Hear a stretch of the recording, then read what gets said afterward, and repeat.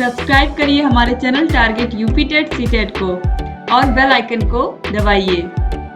Hello दोस्तों, मैं आनंद स्वागत करता हूं आप सभी का आपके अपने channel target UP TET CTET में। दोस्तों, हम पढ़ रहे हैं आपके डीएलएड सेकेंड सेमेस्टर का जो नया राजन सीरीज है 2022 संस्करण का, उसको हमने शुरू किया है और इसमें बहुविकल्पीय प्रश्नों को हम पढ़ रहे थे। बहुविकल्पीय प्रश्नों में 25 प्रश्न हमने पढ़ लिया है और ये सेकेंड पार्ट है आपका। इसमें हम लोग 50 नंबर प्रश्न तक पढ़ेंगे और 25 नंबर प्रश्न में जहां तक हमने पढ़ा था पिछले क्लास में, वहां तक आप देखिएगा 22 नंबर जो प्रश्न है उसमें एक करेक्शन है, आप देख लीजिए। 22 नंबर प्रश्न 9 के अपवर्तक हैं। तो अपवर्तक किसे कहते हैं? अपवर्तक होते हैं विभाजक, डिवीजर।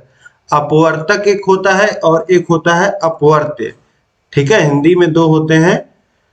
अपवर्तक जिसे हम लोग हिंदी में विभाजक भी कहते हैं, अपवर्तक विभाजक होता है, जिसे इंग्लिश में हम लोग क्या बोलते हैं? डिवीजर बोलते हैं। ठीक है, डिवीजर्स बोलते हैं। अब एक होता है अपवर्त्य। अपवर्त्य क्या होते हैं? अपवर्त्य होते हैं गुणज मल्टीपल्स। ठीक, तो यहाँ पे आपसे पूछ रहा है अपवर्तक। आप कहीं पे आपसे क्या अपवर्त्य भी पूछ सकता है, तो वहां पे आप कंफ्यूज मत होइएगा। अपवर्त्य भी आप जान लीजिए, अपवर्त्य होते हैं जो गुणज होते हैं मल्टीपल। ठीक, और आपसे अपवर्तक पूछा है। ठीक, अपवर्तक पूछा है मतलब कि विभाजक, डिवीजर पूछा है। 9 के विभाजक मतलब कि 9 किन किन संख्याओं से कटता है, 9 में किन संख्याओं से भाग जाता है, वही होते हैं 9 के विभाजक। तो देखिए, हर एक संख्या में 1 से भाग जाता है। इसके अलावा 9 किससे कटता है? 2 से नहीं कटता, 3 से कटता है, 4, 5 से नहीं कटता, 6 से नहीं कटता है, फिर सीधे किससे कटता है? 9 से कटता है। तो 9 के अपवर्तक यहाँ पे क्या हो जाएंगे? विभाजक, डिवीजर 1, 3 और 9 हो जाएंगे। ठीक, और ऑप्शंस में आप यहाँ पे देखिए, ऑप्शंस में आपको सा ऑप्शन मिलता जुलता दिख रहा है, 1, 3 और 9। यहाँ पे 6 नहीं होना चाहिए था। देखिए यहाँ पे ये 6 नहीं होना चाहिए था, तब यह ऑप्शन सही होगा। ठीक है, नहीं तो यहाँ पे कोई ऑप्शन नहीं सही होगा। 9 के विभाजक, डिवीजर जो होंगे वह 1, 3 और 9 होंगे। ऑप्शन 7 सही हो जाएगा। यह एक प्रश्न था जिसमें पिछले पार्ट में आप लोगों को कंफ्यूजन था थोड़ा पे, वहां पे मैंने फर्स्ट नजर में पहला ऑप्शन आपको सही बता दिया था, जबकि अगर अपवर्त्य पूछा होता तब पहला ऑप्शन जो है यहाँ पे बिल्कुल सही होता। अब यहाँ पे अपवर्तक पूछा था तो अपवर्तक 1, 3 और 9 होगा, और यहाँ अपवर्तक में आप देख रहे हैं 6 भी दिया है। 6 जो होता है वह 9 का विभाजक, डिवीजर नहीं होता है। ठीक है, तो यह आप लोग ध्यान रखिएगा। यह छोटी छोटी चीजें कभी कभी कंफ्यूजिंग हो जाती हैं, तो इतना ध्यान आप लोग रखिएगा। अब 25 नंबर से आगे हम लोग देखेंगे 26 नंबर प्रश्न से इस पार्ट में। देखिए, प्रश्न संख्या 26 है, क्रमागत दो पूर्णांकों का अंतर होता है। दो पूर्णांक, क्रमागत दो पूर्णांक, यानी कि जैसे पूर्णांक क्या होते हैं? 1, 2, 3, 4, 5, 6। अब यहीं पे क्रमागत पूर्णांक की बात करेगा तो 4 के बाद 5 क्या है? यह क्रमागत पूर्णांक है। अब इनमें अंतर, तो 5 में से 4 आप घटाओगे तो क्या मिलेगा? 1 मिलेगा। इसी तरीके से 5, 6 में आप देखोगे दो क्रमागत जो पूर्णांकों का होता है अंतर, वह क्या होता है? 1 होता है। तो ऑप्शन बाज हो जाएगा, यहाँ पे बिल्कुल सही हो जाएगा। इसके बाद देखिए प्रश्न संख्या 27 है, किसी पूर्ण संख्या में से शून्य घटाने पर प्राप्त होती है। अब किसी भी पूर्ण संख्या जैसे है 9, 9 में से आप शून्य घटाओगे तो आपको क्या मिल जाएगा? 9 मिल जाएगा। तो वही संख्या आपको प्राप्त हो जाएगी। तो ऑप्शन 7 सही हो जाएगा, वही संख्या। इसके बाद देखिए प्रश्न संख्या 28 है, प्राकृतिक संख्या है। प्राकृतिक संख्या आपको पता है गिनती की संख्या है, 1, 2, 3, 4, 5, 6, 7, 8, 9, 10 इस तरीके से। तो यहाँ पे गिनती की संख्या में 5 आता है, तो ऑप्शन आ 5 सही हो जाएगा। इसके बाद देखिए 29 नंबर प्रश्न है, एक ऋण 8x को पूर्ण वर्ग बनाने के लिए जोड़ा जाएगा।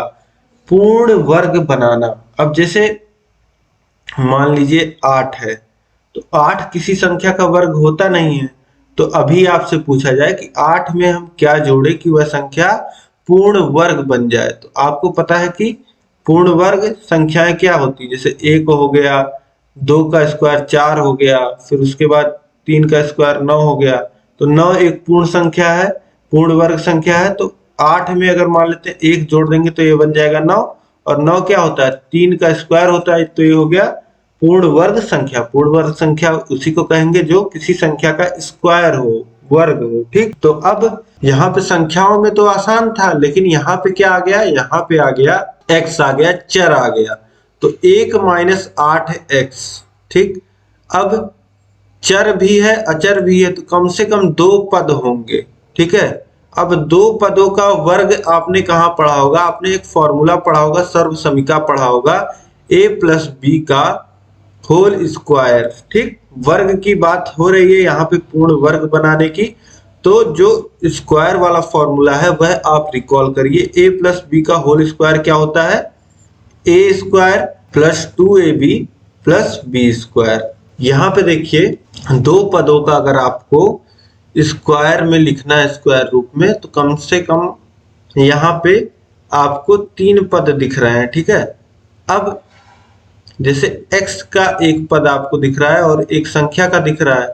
ठीक है, इन्हीं का आपको जैसे a माइनस बी का होल स्क्वायर क्या होता है, a square minus 2ab plus B square, minus 2ab plus B square. ठीक, अब यहाँ पे आप देखिए इस 1 माइनस 8x को आप देखिए, अब ये देखिए इसको पूर्ण वर्ग हमको बनाना है 1 माइनस 8x को, और इसी तरह आप बनेगा, जब यह पूर्ण वर्ग बनेगा तो a माइनस बी के होल स्क्वायर के फॉर्म में होगा। ठीक है, अब 1 माइनस 8x को देखिए आप, तो 1 को क्या लिख सकते हैं, 1 स्क्वायर लिख सकते हैं, और 8x को क्या लिख सकते हैं, 2 इंटू 4 इंटू x लिखा जा सकता है। ठीक है, अब कुछ कुछ आप इसके तरह देखिए, इसके तरह आपको दिख रहा होगा। ठीक है, अब यहाँ पे आपको एक पद स्क्वायर वाला मिसिंग है, एक जगह तो आपको स्क्वायर दिख रहा है लेकिन एक जगह स्क्वायर और आना चाहिए। ठीक है,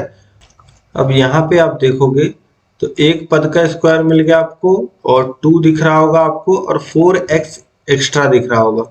मतलब कि यहाँ से आप कंपैरिजन जब करोगे तो यहाँ से आपको दिखेगा कि 2 और a तो 1 है, जो a का स्क्वायर होता है वह तो हमारा 1 है। ठीक है, तो हमें 4x एक्स्ट्रा दिख रहा है, तो यही जोड़ देंगे और यही घटा देंगे, यानी कि 4x का स्क्वायर, 4 स्क्वायर और इंटू एक्स स्क्वायर, यही जोड़ दीजिए और यही घटा दीजिए, 4 का स्क्वायर इंटू एक्स का स्क्वायर। 4x एक्स्ट्रा आपको दिखा है, वही हमने जोड़ा है, वही हमने घटा दिया है।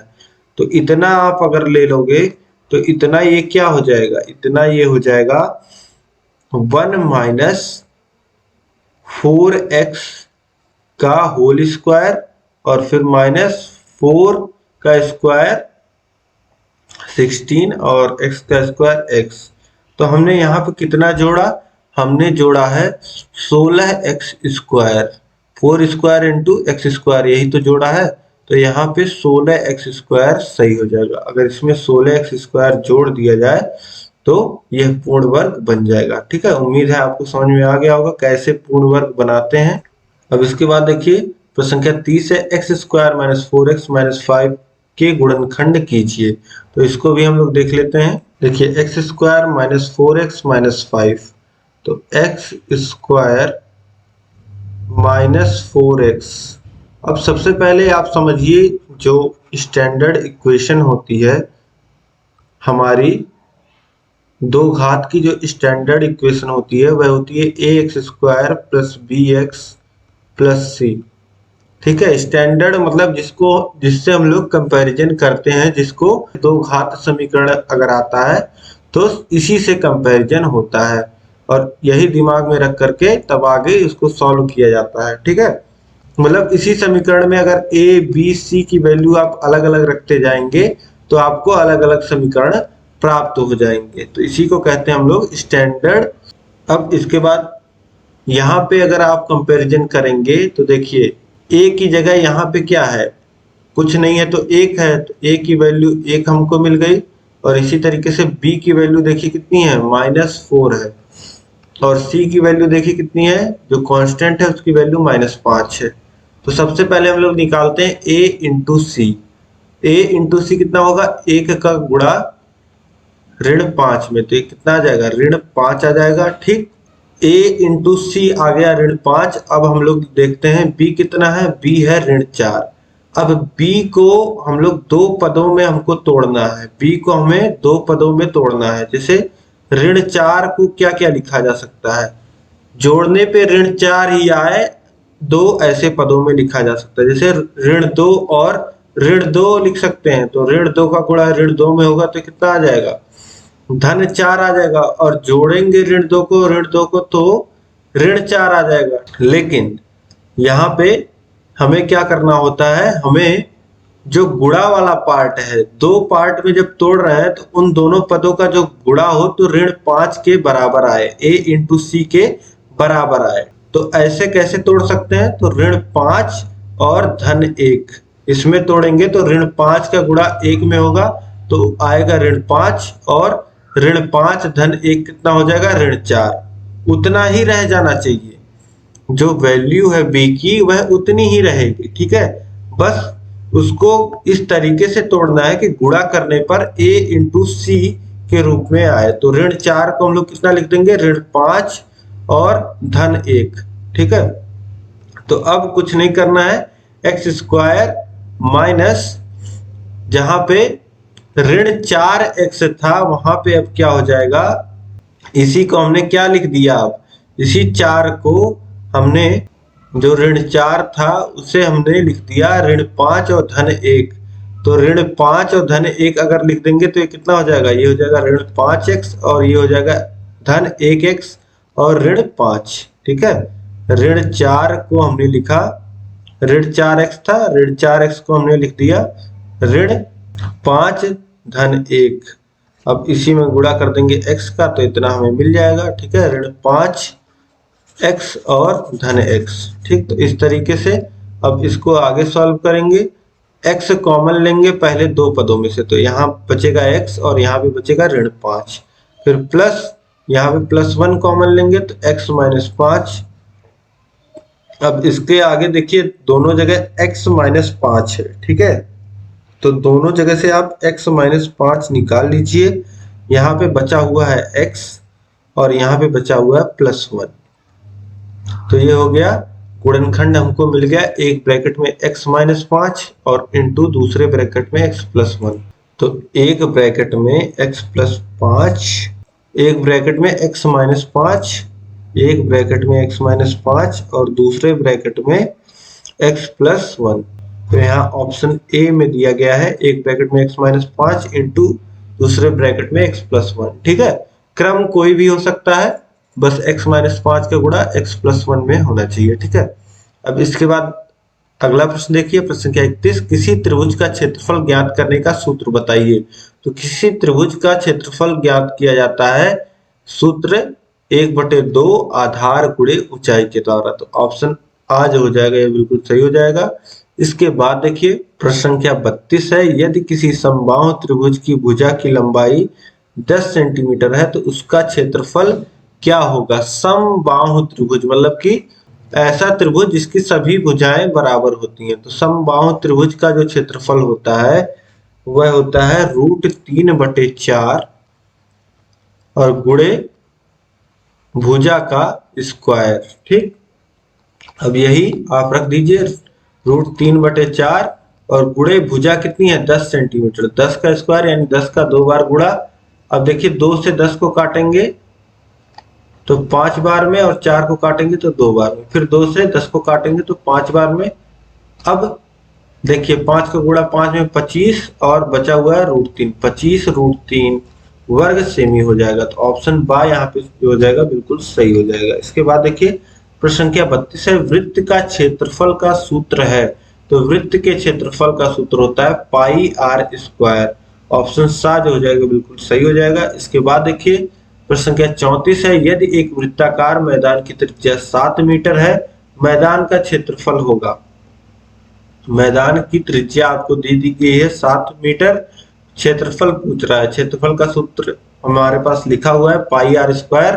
पाई की वैल्यू 22/7 हम लोग लिखते हैं और r², r कितना है 7, तो 7 गुणे 7। अब देखिए 7 से एक 7 कट जाएगा और 7 का गुणा हो जाएगा 22 में, 7 दूनी 14 के 4, हाथ से लगा 1, फिर 7 दूनी 14 और एक 15, 154 वर्ग मीटर। ऑप्शन बाज हो जाएगा या मीटर स्क्वायर, 154 मीटर स्क्वायर, यह बिल्कुल सही हो जाएगा। इसके बाद देखिए प्रश्न संख्या 35 है, घन के आयतन का सूत्र है। तो घन का जो आयतन होता है वह भुजा का क्यूब होता है, यानी कि ए का क्यूब। ऑप्शन ए जो हो जाएगा ए क्यूब, वह बिल्कुल सही हो जाएगा। इसके बाद देखिए प्रश्न संख्या 36 है, आयत का प्रत्येक कोण होता है।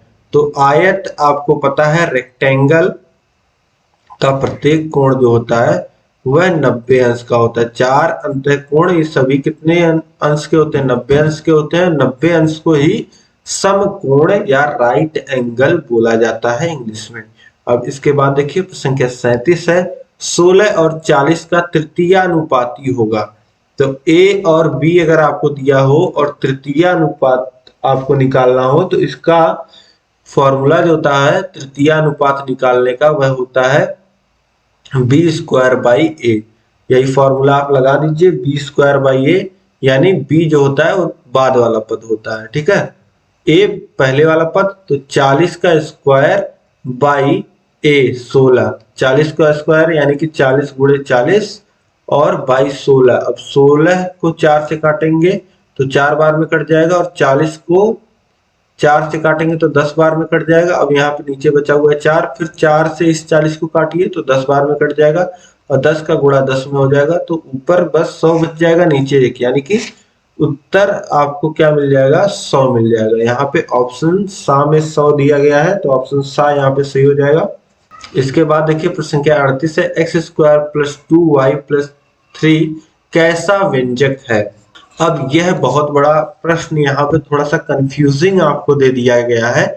अब देखिए यहाँ पे जो ऑप्शंस में दिया गया है सजातीय और विजातीय।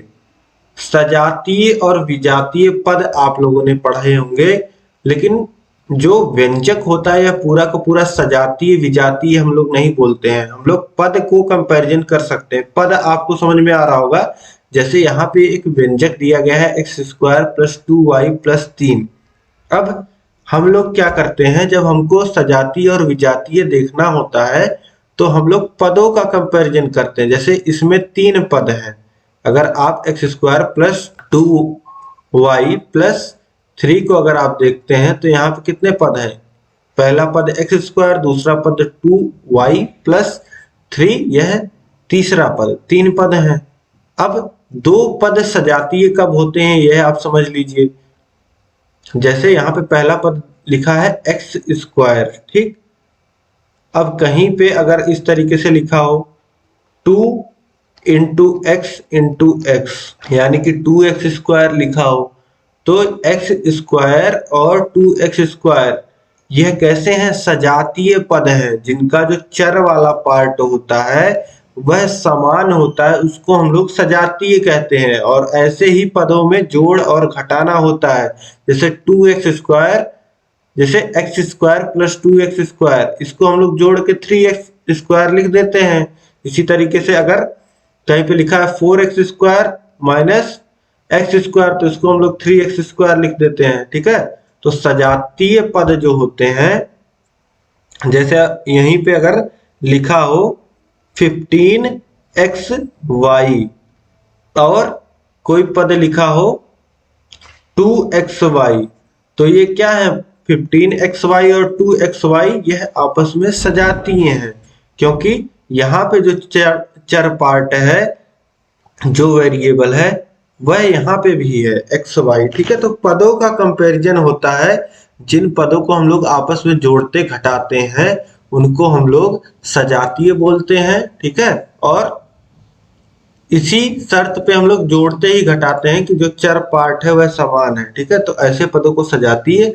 और जो आपस में नहीं जुड़ते हैं, जैसे एक्स स्क्वायर प्लस 2y क्यों लिखते हैं हम लोग? एक्स स्क्वायर प्लस 2y क्यों लिखा गया? क्योंकि यह आपस में ऐसे नहीं जुड़ सकते। जब कुछ मान x को दे दिया जाएगा, कुछ y को दे दिया जाएगा, तब ये आपस में जुड़ के एक अंक संख्या बना सकते हैं, लेकिन अभी ये अलग अलग चर हैं, ठीक है। तो ऐसे इन पदों को हम लोग क्या कहते हैं? विजातीय कहते हैं। जैसे अभी कहीं पे 4x से लिखा हो और कहीं पे अलग से एक्स स्क्वायर लिखा हो, तो x और प्लस एक्स स्क्वायर को भी हम लोग एक में जोड़ के नहीं लिख सकते, क्योंकि यह कैसे पद है, विजातीय पद है। ठीक है, इनका जो x है दोनों में, लेकिन एक में x की घात 1 है और दूसरे में x की घात 2 है। ठीक है, तो सजातीय पद विजातीय पद आप समझ पा रहे होंगे।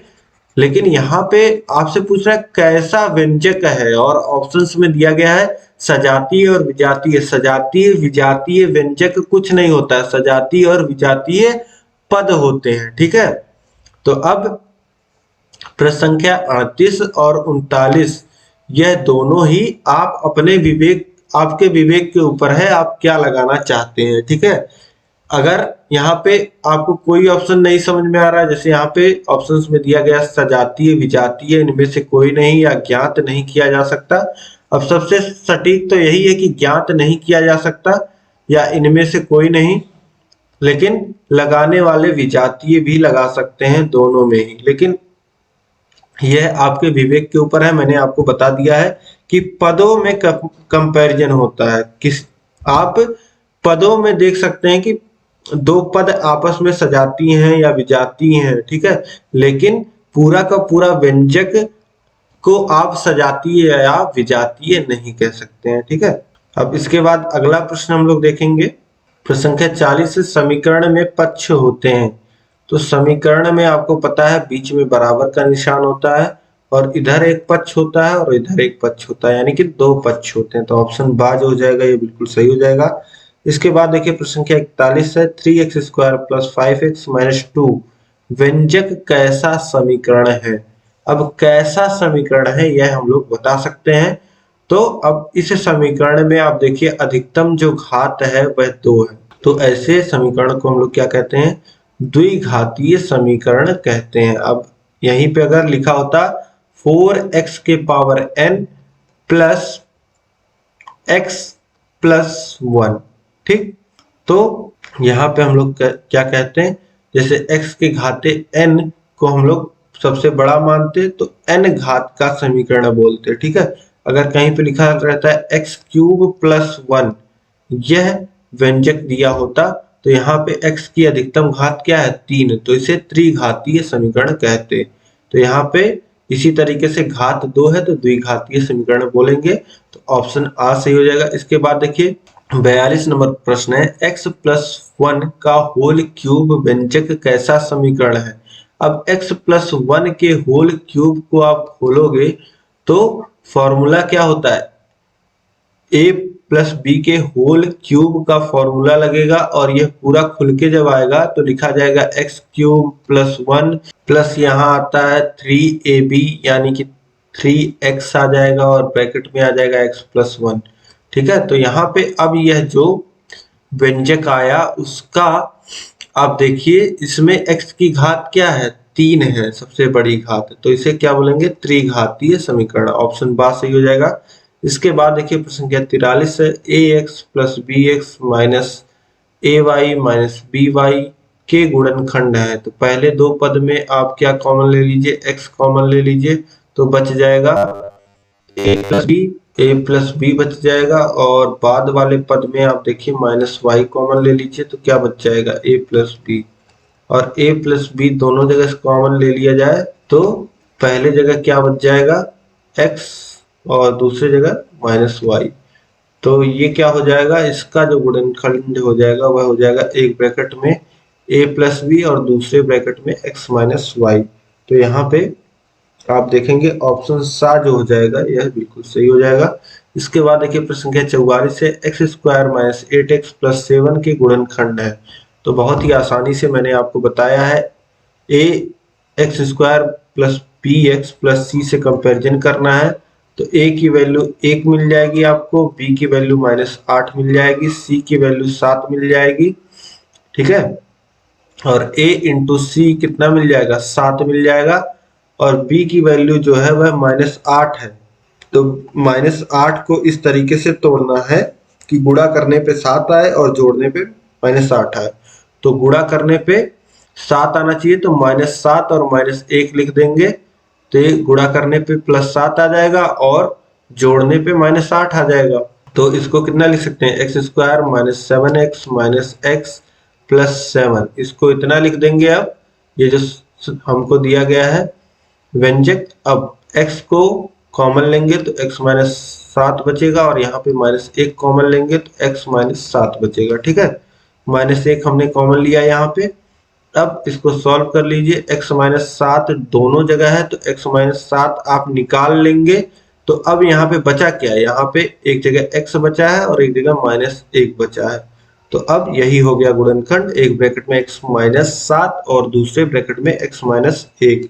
तो ऑप्शन सा में दिया गया है ये x minus 1 into x minus 7। क्रम कुछ भी हो सकता है, गुणे में है, गुणे में आप चाहे a इंटू बी लिखिए या b इंटू ए लिखिए, बात एक ही होता है। ठीक, तो ऑप्शन सा सही हो जाएगा। इसके बाद देखिए प्रश्न संख्या 45 को आप देखिए, यहाँ भी गुणनखंड करना है। 6x² माइनस x माइनस 15 का गुणनखंड करना है, तो वही आपको करना होगा।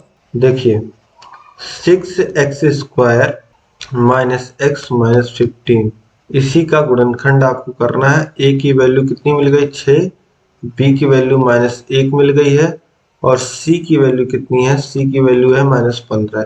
अब a इंटू सी कितना आएगा, 6 का गुणा होगा -15 में, तो कितना आ जाएगा -90। ठीक, अब b की वैल्यू कितनी है, b की वैल्यू है -1।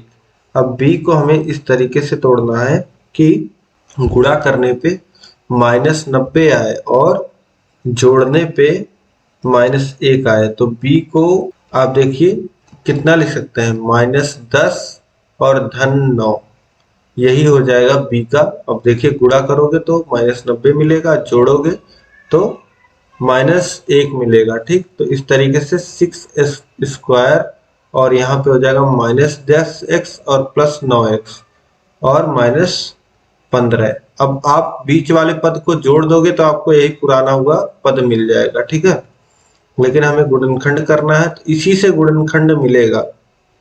इतना हम लोग क्यों करते हैं, इतना हम लोग इसलिए करते हैं ताकि किन पदों में तोड़ना है x को, यह हमें पता चल जाए। अब हमें पता चल गया है कि -10 और -9 में तोड़ना था, तो अब सीधे सीधे यहाँ पे अब कॉमन लेते चलिए, जो कॉमन मिले। तो देखिए यहाँ पे 6 और 10 में से 2 कॉमन मिल जाएगा आपको, और x कॉमन मिल जाएगा। तो 6x² में से आप 2x कॉमन लोगे, तो यहाँ पे क्या हो जाएगा, यहाँ पे 3 बचेगा और बचेगा x। अब -10x में से आपने 2x कॉमन लिया, तो यहाँ पे बच जाएगा 5 ओनली। अब यहाँ पे देखिए 9 है और 15 है, तो 9 और 15 में से आप क्या कॉमन ले सकते हैं, 9 और 15 में से 3 कॉमन आएगा, और यहाँ पे हो जाएगा 3x और यहाँ पे हो जाएगा -5। अब देखिए दोनों जगह 3x -5 है, तो इसको कॉमन ले लीजिए, और देखिए यहाँ पे बचा है 2x, तो लिख लीजिए 2x, और यहाँ पे बचा है +3, तो ये आ जाएगा +3। तो ये हो जाएगा गुणनखंड 3x - 5, और दूसरे ब्रैकेट में हो जाएगा 2x + 3। अब यहाँ ऑप्शंस में देख लीजिए 3x - 5 और 2x + 3 ऑप्शन दा में दिया गया है। ऑप्शन दा जो हो जाएगा ये बिल्कुल सही हो जाएगा। ठीक है, यही बस आपको जो आपने निकाला है वही दिया है, बस इसका सीक्वेंस आगे पीछे है। ठीक, अब देखिए नेक्स्ट क्वेश्चन है √2, √4, √0.4, √0.2 में परिमेय संख्या है। परिमेय संख्या मतलब रैशनल नंबर, जिसे p/q के रूप में हम लोग व्यक्त कर सकें। तो यहाँ पे देखिए √2 का जो मान होता है वह 1 पॉइंट कुछ आता है। ठीक है, तो पर उसको हम लोग p/q के रूप में नहीं व्यक्त कर सकते हैं। √4 का जो मान आता है वह आता है 2, और 2 को 2/1 लिख सकते हैं, यानी कि p/q के रूप में व्यक्त कर सकते हैं। इस तरीके से √4 जो हो जाएगा वह एक परिमेय संख्या हो जाएगा। इनमें से √4 जो है वह परिमेय संख्या है, बाकी रूट में 0.4 भी परिमेय संख्या नहीं है, और रूट में 0.2 भी परिमेय संख्या नहीं है। इसके बाद देखिए प्रश्न संख्या 47 है, 33.328 में 2 का स्थानीय मान है। अब दशमलव के बाद का स्थानीय मान आपको निकालना है। देखिए 33.328 में, तो दशमलव के बाद दूसरा स्थान। ठीक है, तो आप वह संख्या लिखिए जिसका स्थानीय मान निकालना है, यानी कि 2 का, तो 2 लिखेंगे और गुणा किससे करेंगे, अब दशमलव के बाद की संख्या है तो 1 के बटे में 1 लिखिए और उसके आगे 2 जीरो लगा दीजिए। 2 क्यों लगाएंगे? क्योंकि दशमलव के बाद 2 स्थान पे है। तो ये कितना हो जाएगा? 2 के बटे 100। अब 2 में 100 से भाग देंगे तो आ जाएगा 0.02। ठीक है, तो यहाँ पे ऑप्शन दा जो हो जाएगा ये बिल्कुल सही हो जाएगा। इसके बाद देखिए प्रश्न संख्या 48 है, 2 के घाते x धन 1 बराबर 16, तो x का मान होगा। अब देखिए 2 के घाते x धन 1 लिखा गया है और 16 को कितना लिख सकते हैं अगर 2 के घात में लिखना चाहे? 2 दूनी 4 दूनी 8 दूनी 16, यानी कि 2 के घाते 4 लिखा जा सकता है। ठीक है, अब देखिए आधार समान है, बेस जो है वह सेम है और बीच में बराबर का चिन्ह है। तो अगर आधार समान होता है और बीच में बराबर का चिन्ह होता है तो घातें भी समान हो जाती हैं, यानी कि x धन 1 बराबर कितना हो जाएगा? यहाँ 2 के घात में जो है, यहाँ जो 2 के घात में है वो यहाँ 2 के घात में जो है वह बराबर हो जाएगा। तो x धन 1 बराबर 4 हो जाएगा, x बराबर 3 हो जाएगा। तो ऑप्शन बा जो हो जाएगा x बराबर 3, यह बिल्कुल सही हो जाएगा। उसके बाद देखिए प्रश्न संख्या 49 है, 1/8 ऋण 3/8 धन 2/8 भागा 1/4 का 1/2 का मान होगा। इसको आप चलिए सॉल्व कर लीजिए, देखते हैं। अब देखिए यही आपको दिया गया है, इसी का मान आपको निकालना है। 1/8 ऋण 3/8 धन 2/8 भागा 1/4 का 1/2। अब इस पूरे का 1/2 आपको लेना होगा। ठीक है, पूरे का 1/2, जब एक पूरा एक्सप्रेशन लिख दिया और इसका बोल दिया का 1/2, मतलब कि पूरे एक्सप्रेशन का 1/2 जब आपको निकालना है तो इस का को आप हटाइए और यहाँ पे पूरे पे इस एक्सप्रेशन पे लगा दीजिए ब्रैकेट। ठीक है, तो इस एक्सप्रेशन को सॉल्व करने के बाद जो भी आए उसका आप 1/2 कर लीजिए, उसमें 1/2 से गुणा कर लीजिए, यही कहना चाह रहा है। ठीक है, अब इसको सॉल्व करिए जो ब्रैकेट में है।